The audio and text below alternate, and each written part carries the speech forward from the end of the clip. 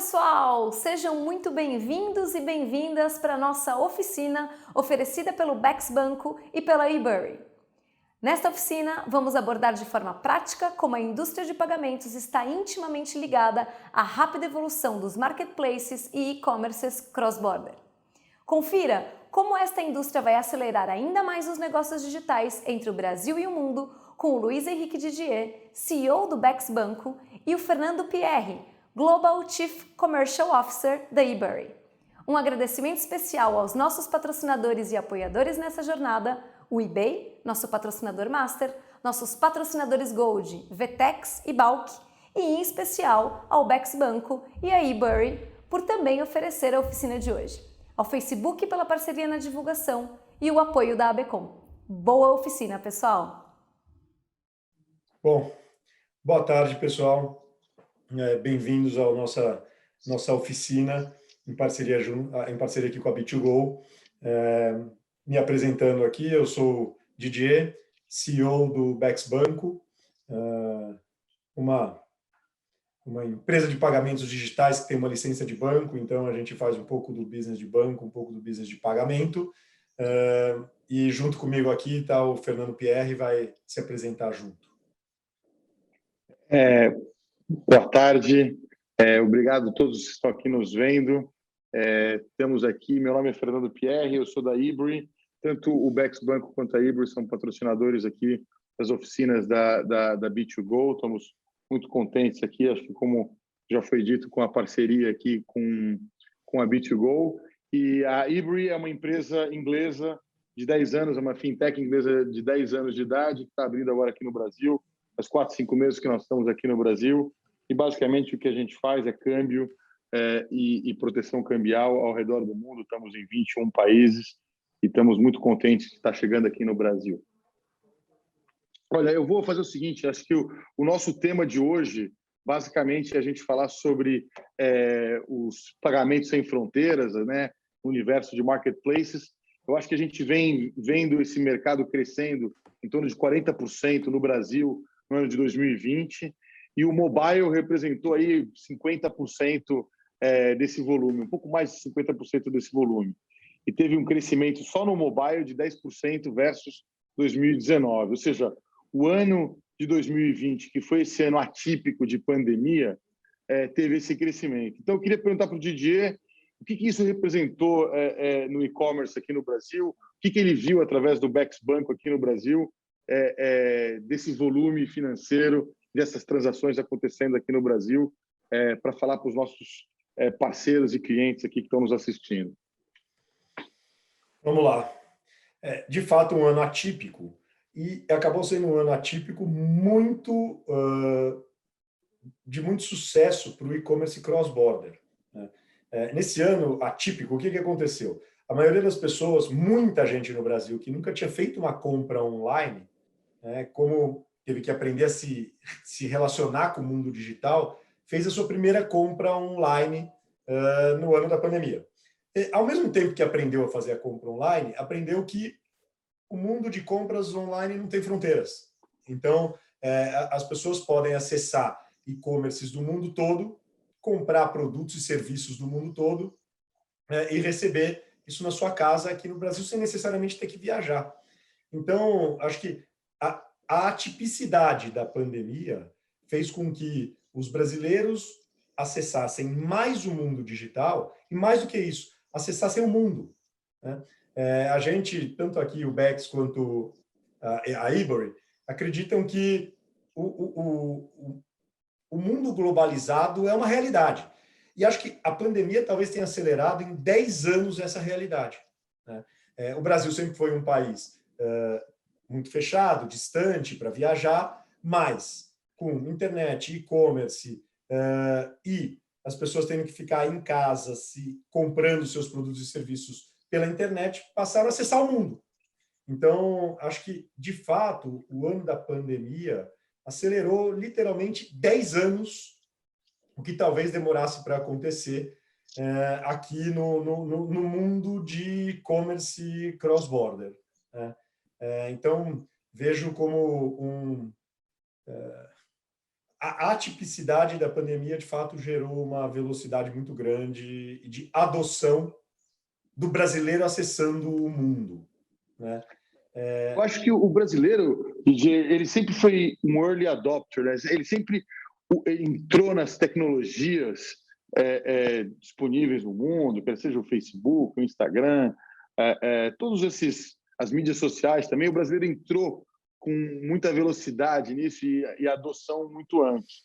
Eu acho que, como você falou, o comércio internacional brasileiro sempre foi muito pequeno.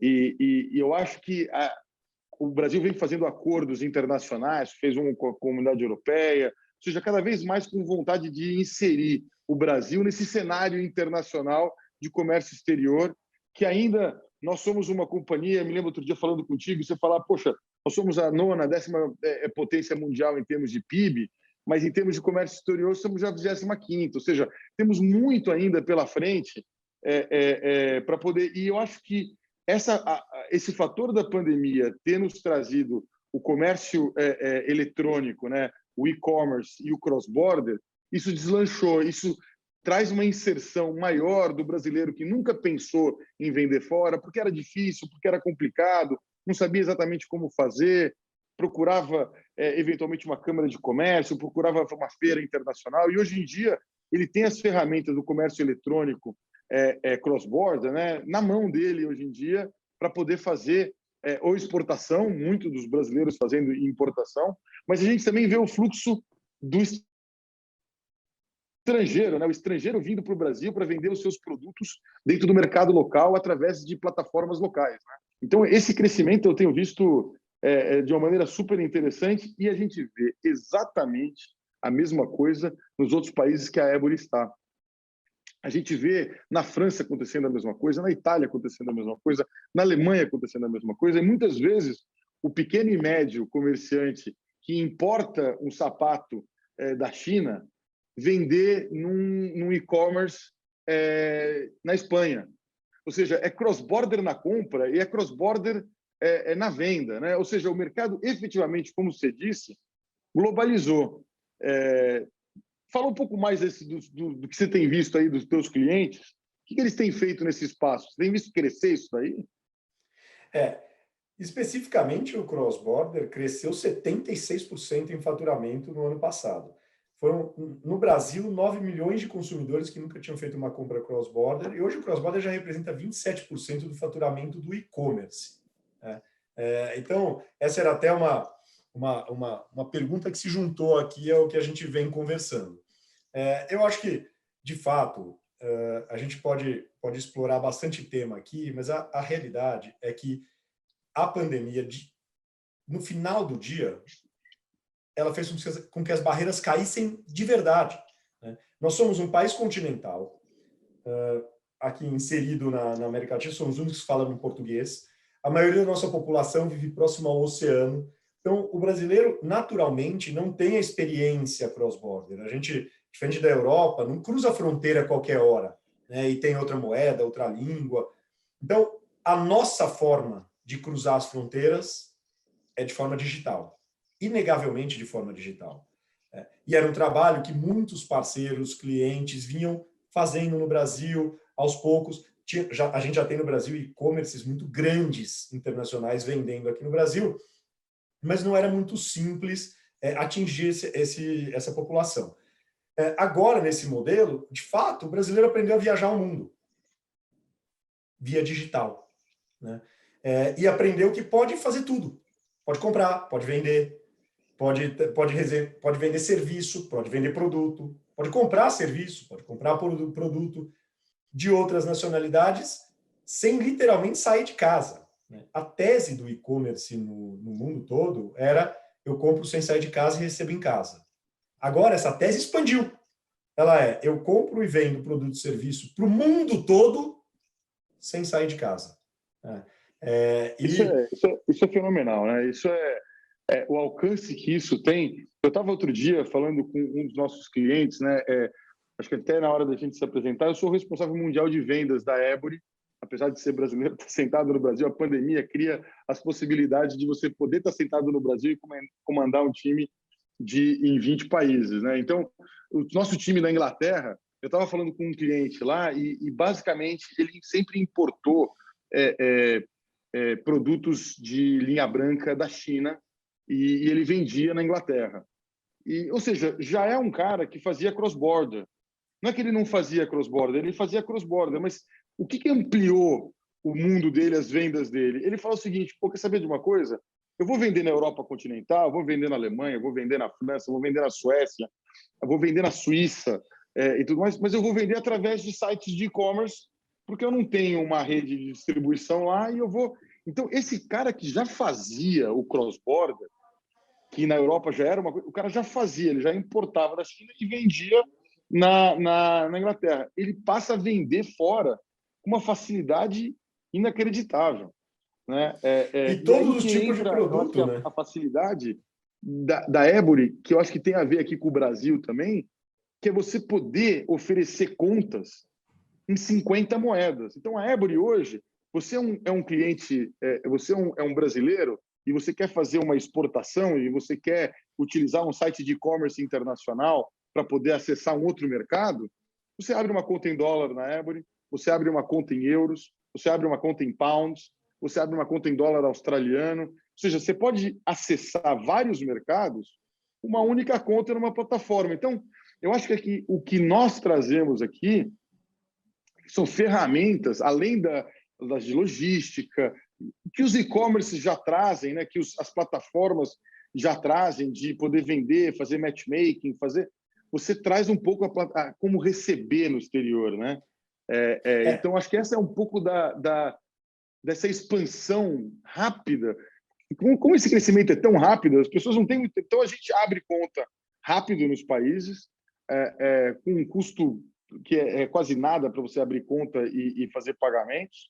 E a gente acaba fazendo câmbio lá de euro para dólar, de yen para pounds, ou seja, e temos aqui o Bex como nosso grande parceiro para tudo que é fazer câmbio no Brasil, né? Então, e aí complementando o teu ponto, que é muito interessante, a gente como operador de câmbio no mercado brasileiro, essa foi uma outra grande mudança. Se a gente pergunta para a maioria dos brasileiros, não, mas eu posso ter uma conta na Ebury lá fora? Pode, claro que pode. Não, mas isso não é crime? Não. Crime é mandar dinheiro de caixa 2, crime é mandar dinheiro de tráfico de drogas, isso é crime. Você é um brasileiro que trabalha, recebe seu salário aqui no Brasil e quer investir ou ter uma conta em outra moeda, isso é perfeitamente legal. E o brasileiro não sabia disso. Começou a entender que ele pode operar, ele pode ter conta, ele pode ter dinheiro em outra moeda, ele pode fazer compra em outra moeda, ele pode só ter dinheiro em outra moeda, né? Não tem nada de ilegal nisso. Isso é muito curioso, porque por muito tempo o brasileiro achou que era ilegal. E não só não é, como o brasileiro está começando a entender que ele pode. Ele pode ter uma conta em Libra, ele pode ter uma conta em euro, ele pode ter uma conta em dólar, né? E que isso é uma operação perfeitamente legal, regular, e o brasileiro está começando a entender isso. Foi muito interessante nesse período da pandemia, brasileiros investindo fora, né? O brasileiro dizia, não posso investir fora, só se eu for muito rico. Não. Você pode investir fora, pode abrir sua conta lá fora, pode investir fora, pode mandar o recurso, obviamente, desde que o teu imposto de renda permita, mas, né, é uma operação que o brasileiro está começando a entender, né, que pode. É legal isso porque, na verdade, o exportador, durante um tempo no Brasil, a gente lembrar, eu que já tenho algum tempo como você, já algum tempo de estrada de mercado financeiro, no passado, o Banco Central falava assim, olha, não dá para ter conta de exportador, não podia ter conta no exterior. Depois o exportador pôde ter conta regulamentada pelo Banco Central, que é o que você está dizendo, absolutamente lícito, e que quando pingava na conta, era obrigado a trazer na mesma hora. Depois virou 30 dias, depois virou 60 dias. Ou seja, o Banco Central foi regularizando essa situação para que o Brasil fosse cada vez mais inserido no contexto internacional e que as empresas brasileiras pudessem se internacionalizar, certo? Elas pudessem ir para outros países e não falar o seguinte, pô, mas o Brasil é tão grande, eu talvez não precise vender fora porque eu tenho um mercado dentro do Brasil que é muito grande. o que eu vejo é o crescimento exponencial, não é brincadeira, exponencial de quem tomou a decisão de se internacionalizar, principalmente através do e-commerce, através das plataformas digitais. E a pessoa fala o seguinte: poxa, mas eu continuo vendendo aqui dentro do Brasil, mas eu tenho uma linha de produção que eu destino, basicamente, e essa linha de produção cada vez mais está consumindo nas receitas das empresas. Começa com 5%, você começa com uma primeira venda, um primeiro container que você embarca e tudo mais. Tal, e aí depois fica 50%, 60%, 70% do teu faturamento acaba sendo o e-commerce internacional cross-border, né? Que a gente chama aqui de cross-border. Agora, uma coisa que eu ia te perguntar, Didi, é o seguinte: eu sei que vocês têm investido muito na parte de Pix, né? Hoje em dia, se eu não estou equivocado, tem mais de 100 milhões de usuários cadastrados, e hoje em dia é um sucesso, né? Aqui no Brasil, as transações via Pix, acho que foi uma adoção super rápida. Outra vez o Banco Central trazendo inovação para o mercado, trazendo mais competitividade para o sistema financeiro, que beneficia o cliente final, né? Agora, como é que você vê a incorporação de Pix com e-commerce, com cross-border, com essas transações internacionais? Como é que vocês estão vendo o Pix nessa... É possível trabalhar com Pix e, ao mesmo tempo, trabalhar com câmbio? Como é que você vê isso daí? Eu acho que o Pix, eu concordo com você, acho que o Banco Central tem tido uma atuação bastante eficaz na linha de democratização, de inserção no mercado financeiro. O Pix é um enorme sucesso no Brasil, já tem mais de 100 milhões de brasileiros que utilizam o Pix. E o que ele tem de benefício em relação aos meios de pagamento tradicionais? Primeiro, 24 por 7. Segundo, a transação acontece em milissegundos, né? Bom, mas o que isso tem a ver com cross-border, né? O cara aceita Pix lá fora? Não, o cara aceita Pix aqui. Então, quando você vai fazer uma compra hoje no e-commerce, por exemplo, você pode passar o seu celular, ler o QR Code na tela, pagar diretamente com o Pix, que é um processo infinitamente mais barato do que o processo tradicional. E que qualquer brasileiro que tenha uma conta bancária ou uma conta de pagamento pode utilizar essa ferramenta para pagar. No e-commerce, a gente sempre viveu um drama com o débito, né? O cartão de débito, por uma questão de fraude, tinha uma aceitação muito baixa nas transações de e-commerce internacional, né? Porque se você coloca o cartão e não é você que está ali, o dinheiro sai da tua conta. Então, sempre foi um grande problema para as instituições financeiras. Hoje, você pode pagar usando o Pix, que garante que aquela transação é uma transação segura, né? A um custo muito menor. E o inverso é verdadeiro, né? A gente tem hoje grandes players internacionais, posso dar de exemplo uma TikTok, por exemplo, em que os brasileiros que indicassem outro brasileiro, ou enfim, os influencers digitais, pudessem receber tickets de R$8, né? E ele resgata numa plataforma, que é uma plataforma chinesa, ele resgata lá e em 1 segundo ele recebe os reais na conta dele. Mas aí tem câmbio e Pix. Mas tem Pix no câmbio? Não. O câmbio é uma operação tradicional de câmbio, mas uma vez que os reais estão aqui, automaticamente usando o Pix, eu faço um pagamento 24 por 7.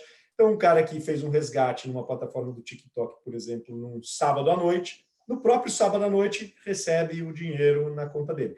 Então, a gente acaba usando a praticidade, a inserção causada pelo Pix no Brasil para gerar eficiência em pagamento e recebimento internacional.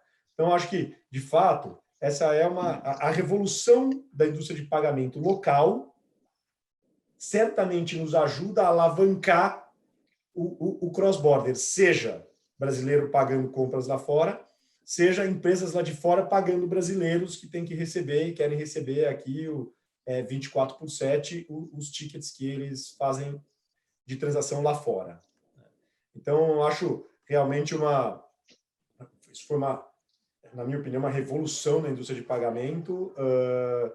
E, de novo, acho que o foco que o Banco Central está dando eu concordo com você quando você falou que várias ações estão simplificando e clareando alguns processos aqui brasileiros para que façam com que o Brasil possa se inserir no mercado global, né?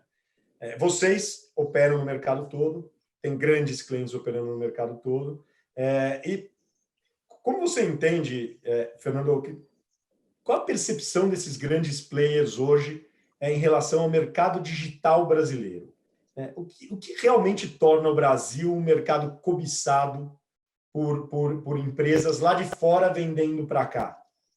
Empresas de tecnologia ou empresas de produto tradicional. Mas onde você entende o Brasil se inserindo de novo definitivamente no mercado global? Como você entende que as empresas lá de fora estão vendo a gente aqui?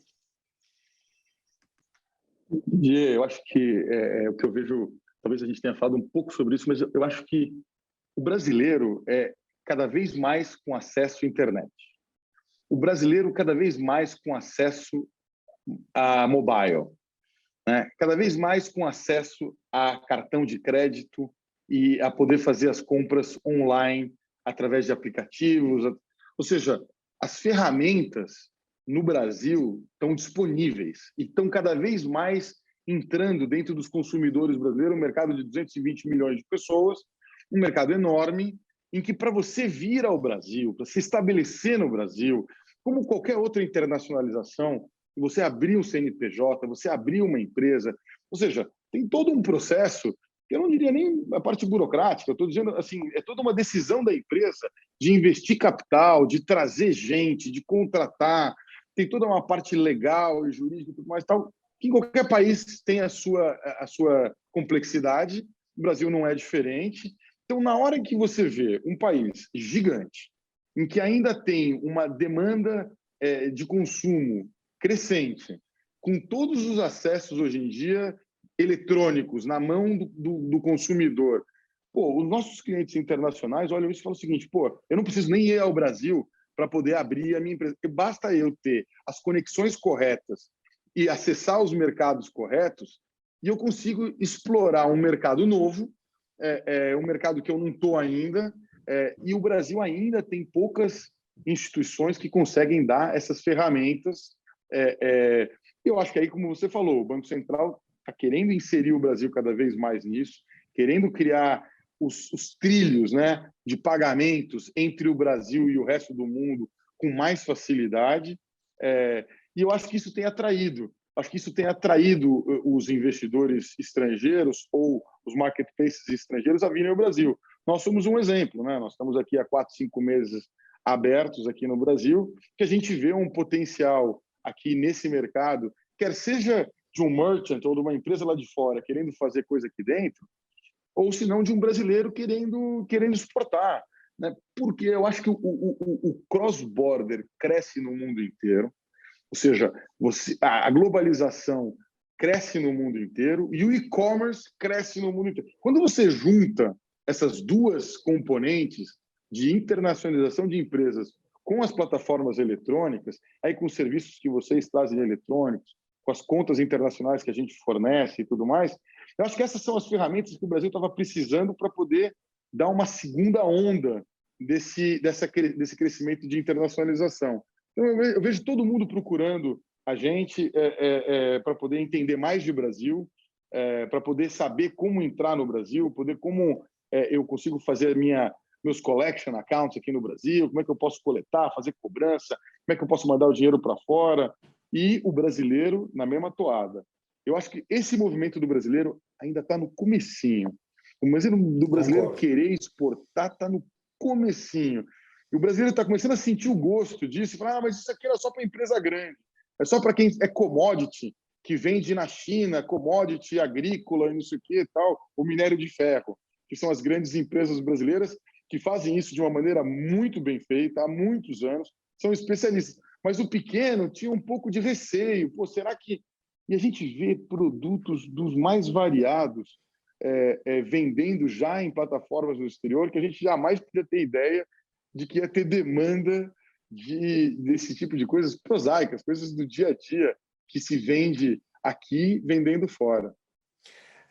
Eu concordo. A gente hoje já tem 50 milhões de brasileiros que fizeram alguma compra fora do Brasil. O Brasil é muito grande. Nós somos 200 milhões, mas a gente era muito ineficiente, isso está melhorando. Então, a gente já vê o lado brasileiro comprando do mundo, brasileiro acessando o mundo, a gente já vê acontecendo de forma importante. E eu concordo 100% com você. Acho que o próximo movimento é as empresas brasileiras começarem a entender o seguinte: por que não vende para o mundo todo? E aqui tem um detalhe importante. Quando você pensa em câmbio, né, a gente fala assim, o dólar está caro. A primeira leitura de todo mundo é o dólar está caro. É verdade. Para o brasileiro comprar alguma coisa de fora, ficou mais caro. Mas pensa no inverso. Agora, as empresas brasileiras vendendo lá para fora, ficou mais barato. Então, esse movimento é um movimento que, se aproveitado aqui no Brasil de forma correta, vai fazer com que isso seja um boom no mercado. O Brasil é hoje, você já citou esse dado, o Brasil é hoje 12ª economia do mundo e a 28ª em comércio exterior. Né? Os nossos pares aqui, mais ou menos do nosso tamanho, a 8ª, 7ª, 11ª economia do mundo, em geral, tem esse tamanho também em comércio exterior. Porque o que o cara produz, ele consegue vender internamente e vender para fora. Né? E o que o cara consome, ele consome de dentro e consome de fora. Então, essa coisa se equilibra. No Brasil, ela não se equilibrava. E eu acho que ela vai começar a se equilibrar de forma importante aqui no Brasil. Então, eu realmente vejo, né, nesse ambiente aqui, eu vejo um cenário que eu chamo de no return. Né? Nós não vamos voltar para trás. O Brasil será um país global, seja do ponto de vista de consumidores brasileiros comprando de fora, seja do ponto de vista de empresas brasileiras vendendo para fora. Não, e o que você falou que é engraçado é o seguinte: o brasileiro queria abrir conta no exterior e achava que era ilícito. Legal. Depois, quando ele viu que era possível, que era lícito, que era legal, ele vai nas instituições e fala assim: pô, eu quero abrir uma conta. E ele ficava com medo e falava assim: olha, isso aqui é só para quem é grande. Porque só quem tem exportação de mais de bilhão é que consegue ter conta no exterior para poder ter os seus recebimentos. E talvez isso tenha sido verdade durante algum tempo, porque a tecnologia talvez não permitisse, ou porque... Então, hoje em dia, a tecnologia permite que uma pequena e média empresa que queira se internacionalizar tenha uma conta fora do Brasil e que você consiga fazer. A gente faz onboarding hoje em dia, em 5, 7 dias a conta está aberta. E depois que você fez um onboarding, poxa, eu tenho uma conta em dólar, eu quero abrir uma conta em euro,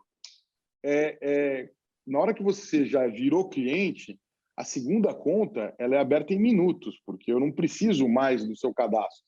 No momento em que eu faço o primeiro cadastro, isso que leva os talvez 5 dias, 7 dias que a gente leva para poder finalizar. Aliás, muitas vezes, até 24 horas, se a documentação estiver exatamente redonda, em 24 horas você consegue fazer. Mas, assim, a grande coisa, uma segunda moeda, é questão de minutos. Eu mexo no sistema e abro uma segunda moeda. Então, o cara fala, pô, eu já estou vendendo em dólar nos Estados Unidos. Sabe que eu consigo vender na Europa também?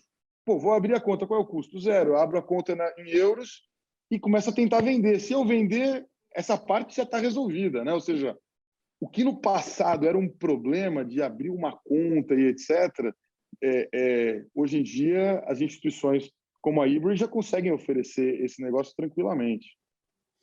Eu vejo um cenário, embora a gente viva um tempo conturbado, não só no Brasil, como no mundo todo, eu vejo esse cenário para um país como o Brasil, que tem um potencial gigante, uma população gigante, uma capacidade de empreender gigante. Eu vejo um caminho sem volta de novo de entrada no mercado global. E é um mercado inexplorado aqui. Então, a gente tem realmente um trabalho divertido pela frente aqui, eu e você. Não tem dúvida. A democratização do comércio exterior brasileiro, quer seja na importação, quer seja na exportação. Eu acho que a tecnologia, a internet, trouxe até para as mídias sociais a democratização da voz das pessoas, que as pessoas hoje escrevem, dão as suas opiniões e tudo mais das mídias sociais. Eu acho que também traz a tecnologia a democratização do comércio exterior e dos pagamentos internacionais. Né? Ou seja, todo mundo pode participar desse mercado, quer seja um investidor que quer ir através de vocês poder fazer alguma coisa no exterior e comprar ações e tudo mais tal, ou com uma pequena e média que nunca teve acesso de poder fazer as coisas. Ou seja, eu acho que esse é um movimento, como você falou, sem volta, de globalização e de democratização e internacionalização das empresas brasileiras. Eu concordo, 100%. Acho que a gente pode encerrar aqui o nosso painel com... Acho que a gente já deu bem o recado aqui. Brasileiros que queiram ir para fora, ou vender para fora, ou receber de fora, já tem alternativa. O Brasil é um país com bastante inserção digital, seja através do mundo de câmbio se digitalizando, com o BEX, que é um exemplo, seja através de contas ou plataformas como a Ebury Global. Eu acho que esse caminho, de fato, é um caminho sem volta, e o Brasil está inserido nisso. Isso sem falar do mundo do agronegócio, das agritechs, tal, que tem surgido de forma importante no Brasil. Então, acho que realmente a hora é uma boa hora para quem está no ecossistema aí de venda, digitalização, e-commerce, globalização. Acho que esse ecossistema todo está se transformando de uma forma importante e boa. Então, do meu lado é isso. Didier, Agradeço eu queria aqui. agradecer a B2Go de ter dado a oportunidade para nós passarmos essa mensagem, que acho que é tão importante, e recomendar a todos que nos estão assistindo que continuem vendo as oficinas aí da B2Go. Queria agradecer a todos eles lá por estar divulgando esse negócio, que eu acho que é o futuro aqui do Brasil, é o futuro do comércio exterior, é o futuro do e-commerce. Obrigado, Didier, pela oportunidade, pelo bate-papo. Obrigado você e obrigado à turma da B2Go. A gente se encontra numa próxima oficina. Valeu, gente. Valeu. Até mais.